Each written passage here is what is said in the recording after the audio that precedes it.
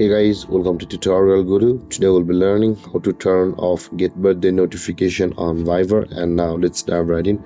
Now to turn off get birthday notification on Viber, first open up your Viber app.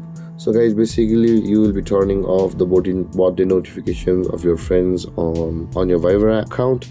And with that being done guys, on this interface at the bottom right corner of the screen, tap on the more button available for us at the bottom right corner of our screen with the three-dotted icon guys, and you land on this interface, whereas tap on the settings button over here just above my notes, and on this interface again tap on the notification option available for us, and over here guys on the third option here it says get birthday notifications.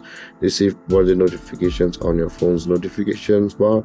Make sure the tick mark is unticked for that option by tapping on it, and you can see guys at the right side it's unticked. By that way guys, you will stop getting the birthday notification on Viber, and this way guys you will be able to turn off get birthday notification on Viber.